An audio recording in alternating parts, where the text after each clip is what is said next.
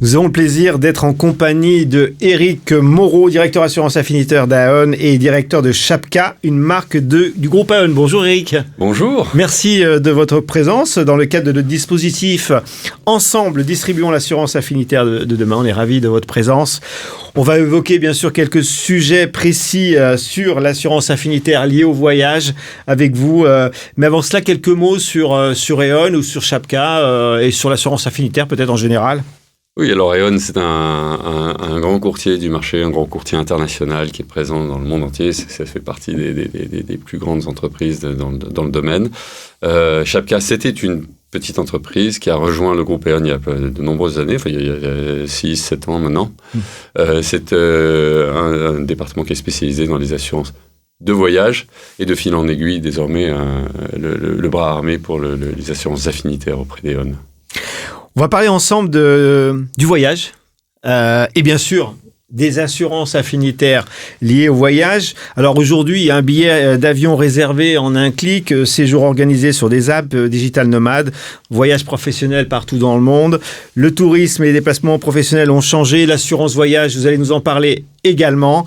L'assurance affinitaire est discrète mais stratégique et s'intègre nécessairement dans le parcours et l'expérience client des voyageurs. Quel modèle gagne du terrain? Quels sont les partenariats les plus prometteurs?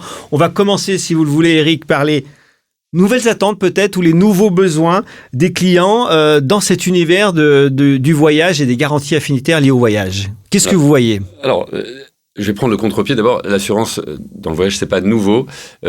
Pire, c'est même quelque chose qui est obligatoire dans le code du tourisme.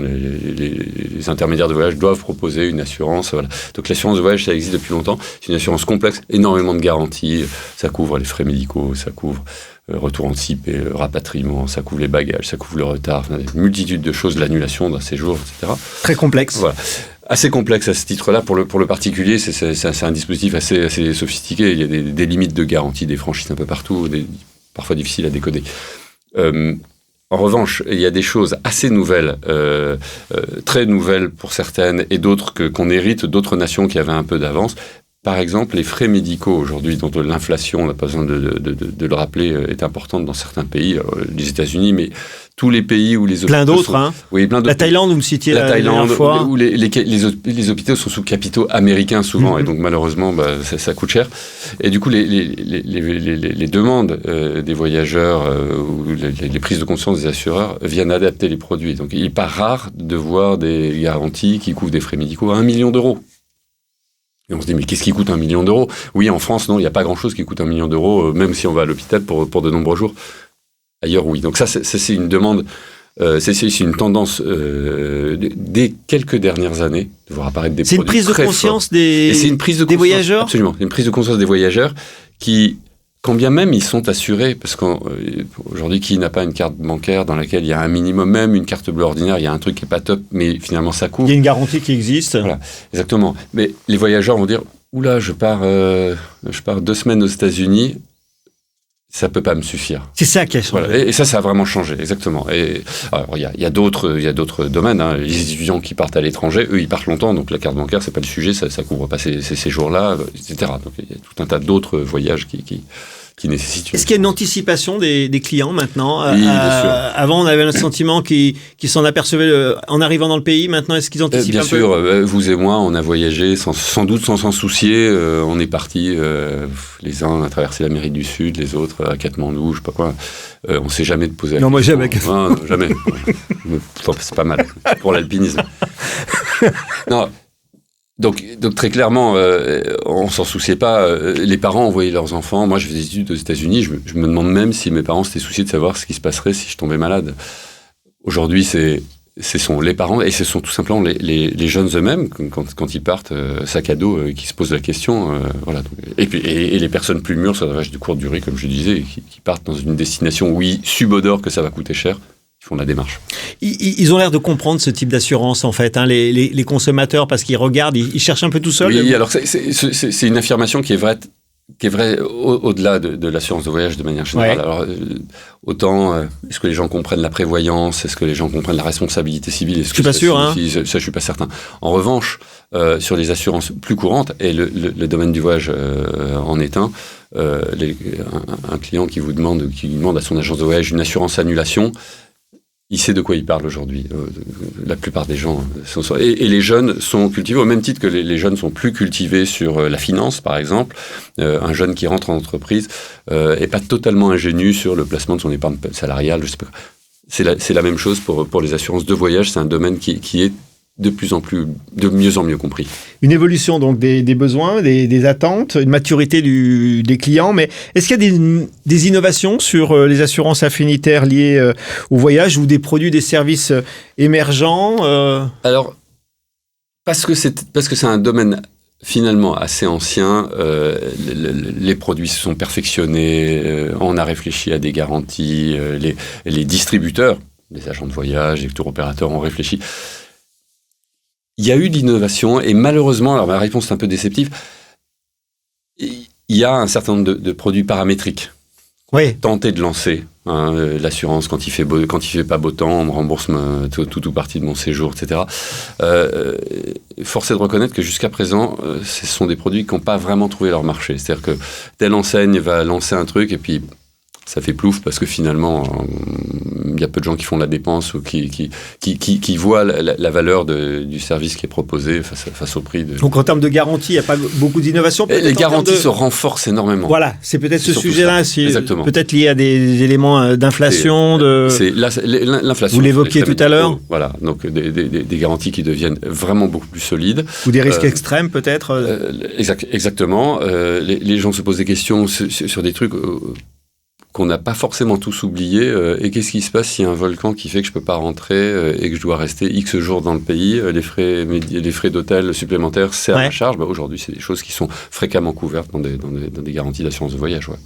Ouais. En termes de services, il y a des choses qui évoluent. Alors, ou des usages qui se généralisent. On s'en rend moins compte, nous, Français, parce qu'on est dans le pays de l'assistance. L'assistance, qui est ce qui n'est pas indemnitaire, ce qui est je vous rapatrie, je vous paye un billet d'avion. Voilà. L'assistance, c'est une invention quasiment française. C'est Europe Assistance, c'est AXA Assistance. Je me souviens de certains films voilà, et ou des images. Des hélicoptères. Des hélicoptères.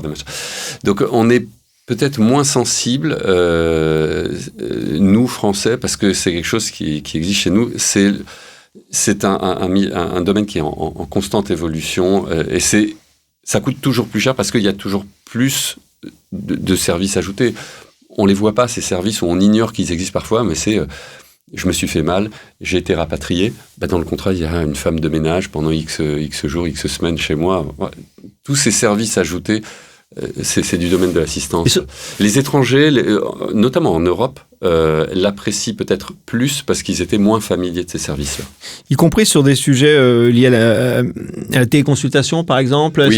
Est-ce que ça, c'est vraiment un service maintenant qui fait partie intégrante des... Absolument, je ne dois pas oublier celui-là. La téléconsultation, dont on a raisonnablement l'habitude pour certains dans nos complémentaires santé, ou parce qu'on l'a pratiqué avec Doctolib, je sais pas quoi, c'est devenu un must, je pense, d'un contrat d'assurance de voyage. C'est un must ou un standard maintenant? C'est encore un must? C'est encore un must parce qu'il y a encore des contrats de voyage assez sommaires. Bon, oui. Il y a un biais, le contrat d'assurance de voyage, quand il est distribué par une enseigne, il rémunère aussi le distributeur et donc il y a un équilibre. Un équilibre à trouver entre le tarif du produit et la part qui vient rémunérer le distributeur, la part qui vient servir de garantie. Donc on n'ajoute pas forcément le tout dedans. Mais une belle enseigne, un distributeur de voyage moyen ou haut de gamme va vouloir intégrer de la téléconsultation, va vouloir que l'assurance soit véhiculée dans un téléphone, que l'appel à l'assistance ne se fasse pas avec un numéro qui va coûter peut-être cher quand on est dans des pays genre le Moyen-Orient où le moindre appel vers la France coûte tout de suite 10 € la minute. Donc, embarquer dans une appli mobile, essayer de la voix sur IP, etc. Donc, ça, c'est effectivement des services qu'on voit apparaître et qu'on sert, nous, très fréquemment sur des produits de moyen ou de haut de gamme. Ouais. Je suppose que vous voyagez beaucoup et votre activité est quand même liée à l'assurance voyage. Est-ce qu'à l'étranger, vous voyez apparaître des choses, des initiatives intéressantes qui seraient potentiellement transposables au marché français en termes de services, de produits? Effectivement. Alors, d'abord, il y a des pays qui ont plus d'avance, des pays qui ont moins d'avance. Les pays latins, en général, se suffisent encore, pour certains, de garanties qui sont assez modestes. D'accord. J'ai quelques exemples. En Espagne, par exemple, vous pouvez trouver des assurances de voyage qui couvrent voyage d'une semaine avec 5 ou 10 000 euros de frais médicaux. C'est assez dérisoire, ça ne paye pas une appendicite aux États-Unis.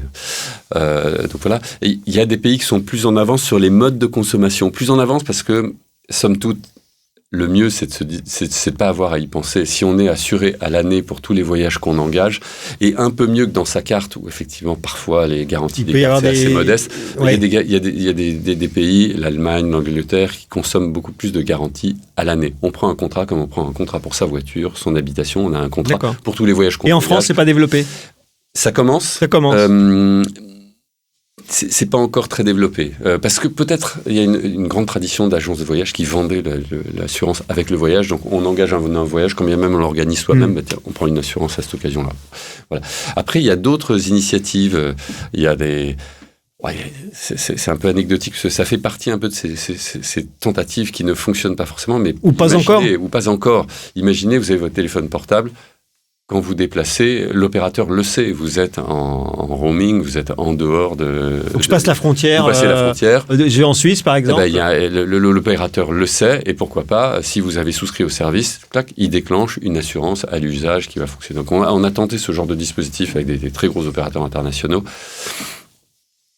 Oh, c'est une belle expérience client quand même de pouvoir être, dès qu'on passe la frontière, être averti par un SMS en disant attention, vous avez peut-être besoin d'une assurance. Alors, il y a est-ce que vous en avez besoin? Ouais. Et puis il y a le dispositif où on l'a même programmé à l'avance et ça se fait tout seul. Dès lors que je suis à l'étranger, ça se met en route tout seul. Alors il y a quelques trucs à régler qui font que c'est pas si simple. Il y a peut-être un biais, c'est que ce sont des assurances qui, comme elles vont être à l'usage, elles vendent un concept où on va minimiser le coût de l'assurance. Ouais. Si on minimise le coût de l'assurance, bah on réduit très probablement les revenus pour ceux qui organisent ce dispositif. Or, organiser un tel dispositif, vous l'imaginez... Ça demande de la technologie. Il y a un peu de techno. C'est pour ça que peut-être ça ne trouve pas toujours... Ça finira sans doute par trouver son marché, je pense. On verra ça dans les années qui viennent. On va parler de la distribution en particulier, mais surtout le parcours, en fait. Eric, le parcours client lié à l'assurance voyage. Est-ce qu'il y a des points forts, des points faibles? Le parcours des clients et la façon de consommer, d'aller venir chercher et acheter l'assurance, ça évolue. Ça évolue parce que la façon de consommer le voyage évolue. C'est pas une nouveauté. On est moins nombreux à pousser les portes des agences chaque jour. Les agences de voyage autonomes ont quasiment disparu. Aujourd'hui, ce sont des réseaux, des gros réseaux d'agences de voyage qui sont présents. C'est Havas, c'est Selectours, etc. Il y a un certain nombre et puis des grandes enseignes. Du coup, les distributeurs de voyage ne sont plus les seuls à distribuer de l'assurance. L'assurance, elle se distribue aussi en direct. Alors, c'est notamment une de nos activités. D'accord. On a un gros volant d'affaires où on distribue de l'assurance en direct, de l'assurance pour l'assurance. Les gens viennent chez nous pour acheter de l'assurance, comme on va acheter des lacets dans une cordonnerie ou un téléphone à la Fnac. Ça s'appuie sur tout l'écosystème Internet, bien sûr, d'influenceurs qui disent du bien du voyage, qui nous donnent des idées, qui nous inspirent et qui, à un moment donné, font un placement de produit et le déclarent, parce qu'aujourd'hui, c'est la réglementation, c'est obligatoire, et qui vont dire, oui, mais si vous faites comme moi, si vous partez comme moi à tel endroit, si vous allez faire un safari, si vous partez en Thaïlande, si vous faites l'Ouest américain, assurez-vous. Et puis, clac, il place un nom. Et voilà. Donc, là où on connaît cette influence dans la mode, le beauté, le lifestyle, ça existe. Là, on le trouve dans l'assurance affinitaire. Le voyage est un domaine qui est un régal pour ce genre de discipline. Celui qui prépare tout seul, en fait, son voyage dans le Grand Ouest américain, c'est pour reprendre votre exemple, il va tomber sur des influenceurs qui vont l'inspirer et qui va placer, entre guillemets... Et qui vont lui dire, mais n'oublie pas ça. Et ça fera partie de sa liste de courses, son billet d'avion, réserver des hôtels, prévoir une assurance. Les clients sont de plus en plus autonomes, donc vous disiez qu'il y avait de moins en moins de gens qui poussent la porte des agences, et pas de porte. Et les gens sont plus autonomes, ils préparent tout seuls leur voyage. Ils préparent tout seuls et ils font leurs courses. Mais c'est pas une nouveauté, Internet c'est fabuleux pour ça, c'est fabuleux pour... trouver ou se donner la sensation qu'on a trouvé le bon prix. C'est toujours le meilleur prix qu'on trouve en pratique. Et donc, c'est ça qui participe d'ailleurs de l'éducation et de la progression des gens dans la compréhension de ces garanties, dans la confiance dans le produit. On en parlera sans doute, mais quand on fait soi-même ses courses et que sur le dossier de l'assurance, on finit par se poser quelques questions, étudier un peu le produit. C'est là qu'on prend confiance, c'est là qu'on s'éduque, qu'on comprend et qu'on sait pourquoi on le fait et qu'on change d'avis ou pas et qu'on y met un peu plus d'argent ou pas, etc. Donc, en termes de parcours lié à la distribution, il y a une exigence, je suppose qu'on est dans des codes de réactivité Internet, donc exigence à l'avant-vente, enfin au moment de la vente. Absolument. Alors, comme dans beaucoup de choses aujourd'hui, il y a une idée qui a fait long feu, c'est que si je vends du miel et que je fais un site pour vendre du miel, les gens ne viendront pas tout seuls, déjà. Et si au lieu de vendre du miel, je vends un produit plus complexe, typiquement de l'assurance, parce qu'il y a des garanties, parce que je veux comprendre comment ça marche, etc. Si je réponds pas au téléphone, je vendrai pas grand-chose. Et donc oui, la distribution aujourd'hui, elle est très électronique parce que la consommation de billets d'avion, d'hôtellerie se fait électroniquement. Ok. Oui, donc en revanche, on continue pour l'instant à vendre l'assurance en étant capable d'expliquer les garanties. Pensez qu'on met l'offre, il y a un tarificateur et puis le type peut mettre sa carte bancaire. Si on répond pas au téléphone, je pense qu'on perd des clients. On investit beaucoup dans ce domaine-là. Et dans le parcours digital, il y a quand même une nécessité d'avoir une ergonomie, d'une fluidité parfaite. Oui. Ça n'échappe pas à la règle. On achète un billet d'avion en 2 clics, on réserve une chambre d'hôtel en 2 clics. Il faut qu'on puisse acheter une assurance en relativement peu d'étapes, sinon on perd les clients.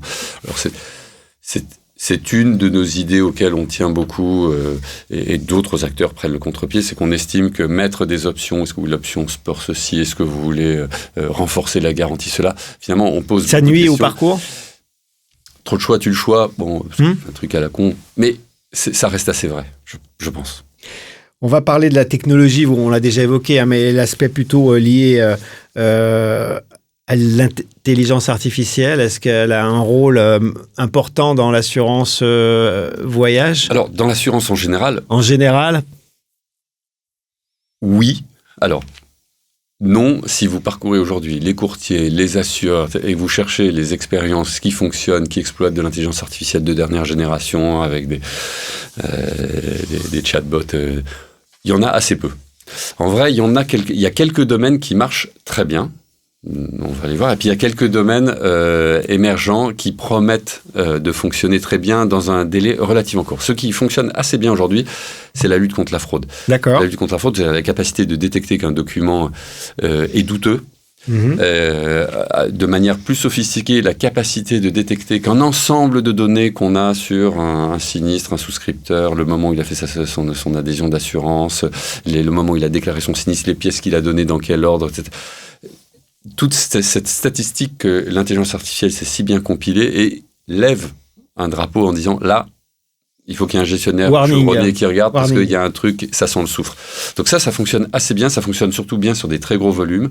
Il faut gérer des dizaines de milliers de sinistres à l'année. Ça fonctionne du coup assez bien dans les sinistres habitation, santé, auto, chez les gros assureurs, les gros mutualistes, etc. Et en voyage aussi du coup. En voyage, ça fonctionne, mais il faut encore une fois des volumes assez significatifs pour que ça prenne son sens. Voilà. Il y a un domaine qui est émergent et qui promet d'apparaître et de révolutionner sensiblement le métier, ou en tous les cas de poser peut-être quelques questions quant à l'emploi, pourquoi pas jusque-là. Enfin, c'est ces trucs. Les questions qu'on doit se poser de toute façon. Exactement. Ce sont les domaines dans lesquels l'intelligence artificielle participe à donner du conseil. C'est je pose une question. Je pars à tel endroit. Je pars ici, je voudrais savoir si les frais médicaux de tel contrat sont suffisants. Et le dispositif va répondre et va argumenter sa réponse. Va dire, effectivement, vous partez dans un pays où les frais médicaux sont chers. Par exemple, telle procédure peut coûter jusqu'à tel prix. Ce contrat convient, mais il y en a un autre plus costaud avec une limite de frais médicaux plus adaptée, probablement, etc. Voilà. Avec peut-être des biais que l'on connaît encore sur... Alors, avec un risque, c'est que dans notre métier où on a une responsabilité du conseil et où, on le sait tous, on nous met souvent face à nous, vous m'avez dit ça, maintenant il faut le servir, il y a ce risque-là. C'est que ça, Donc un support. Ce risque, il existe. Si un conseiller n'est pas suffisamment bien formé ou fait une erreur à un moment donné et dit mais si, allez-y, il n'y a pas de problème, c'est couvert, et que le risque survient et qu'on lui dit non, c'est pas couvert, il faudra servir. Bon, si l'intelligence artificielle fait la même erreur, voilà. Mais aujourd'hui, oui, il y a des assisteurs qui s'intéressent à ce sujet, notamment des assisteurs, parce qu'il faut quand même un certain nombre de moyens, engager un certain nombre d'investissements pour tester ces choses-là, et qui promettent de proposer ces dispositifs au grand public, par chat, par WhatsApp, choses comme ça, dans un futur très proche. Pour notre part, ce qu'on fait, ce qu'on étudie, c'est l'assistance au téléconseiller pour l'aider à formuler sa réponse, et que la réponse, notamment la réponse à un email, soit d'une orthographe correcte, d'un français avec des tournures élégantes, non pompeuses, etc. Et puis dans lesquelles on n'oublie pas trop un certain nombre d'arguments, etc. Et du coup, il devient plus efficace et probablement traite-t-il plus de messages dans un temps équivalent. On discutait avant de cet échange, Eric, que vous me disiez qu'il y a quand même un domaine dans lequel il faudrait, on sort de l'IA, hein, mais on est sur la technologie, il faudrait que les distributeurs évoluent, c'est peut-être d'intégrer un peu plus l'assurance au-delà de la page souscrire d'une assurance qui véhicule les informations un peu. Ce sujet, j'y tiens, alors, parce qu'on est notamment, comme d'autres confrères, fournisseurs de solutions d'assurance, et on l'accompagne avec la technologie. C'est quand un distributeur propose un produit accessoire qui est de l'assurance, et on est dans le domaine de l'affinitaire, quel que soit au-delà du domaine du voyage, bien sûr. Oui.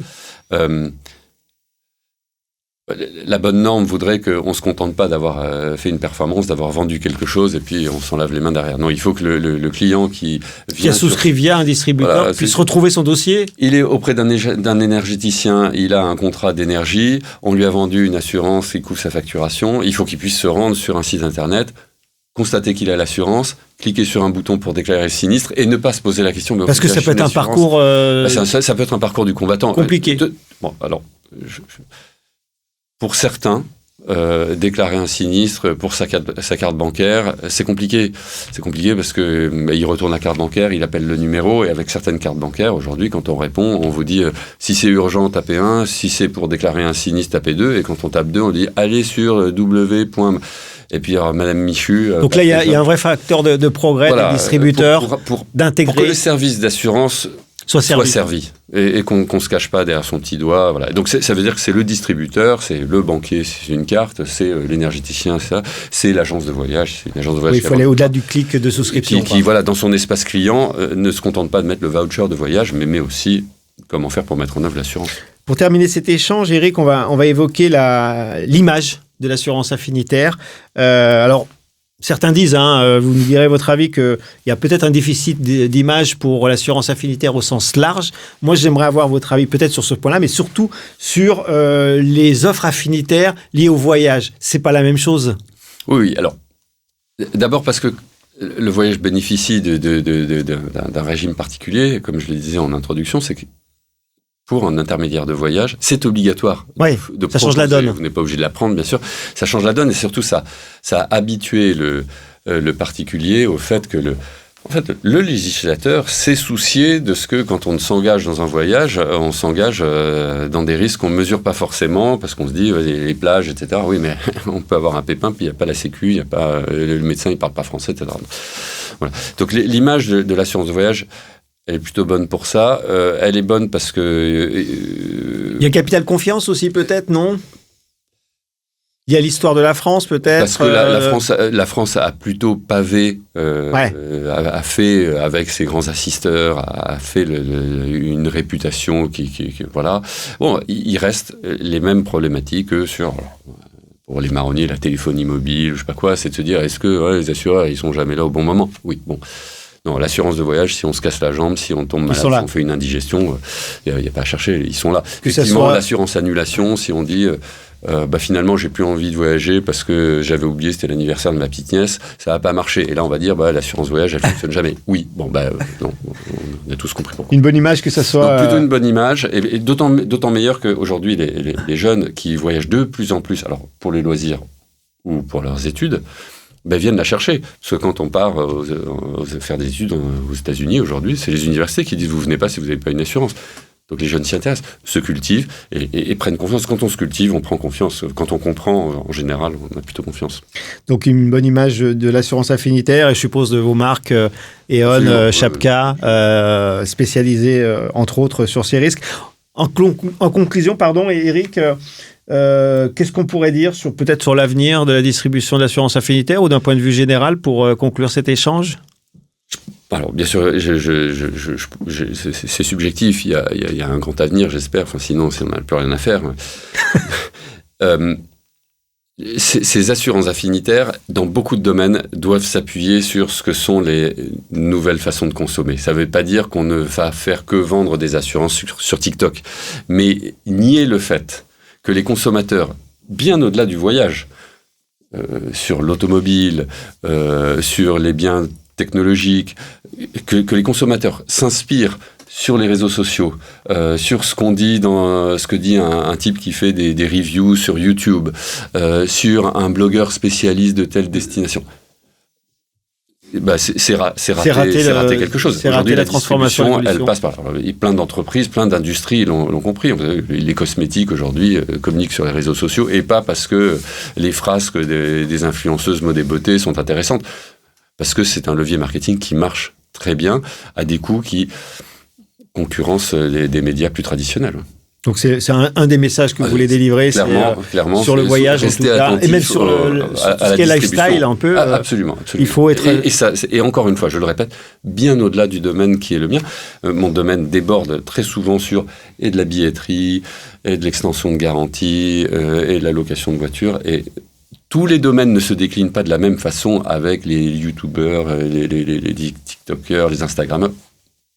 Mais faire l'impasse, ça fait une erreur grossière. Merci Éric Moreau, merci d'être dans le dispositif Ensemble, distribuons l'assurance affinitaire de demain. Je rappelle que vous êtes directeur assurance affinitaire d'E.ON et directeur de Chapka. À très bientôt. À bientôt.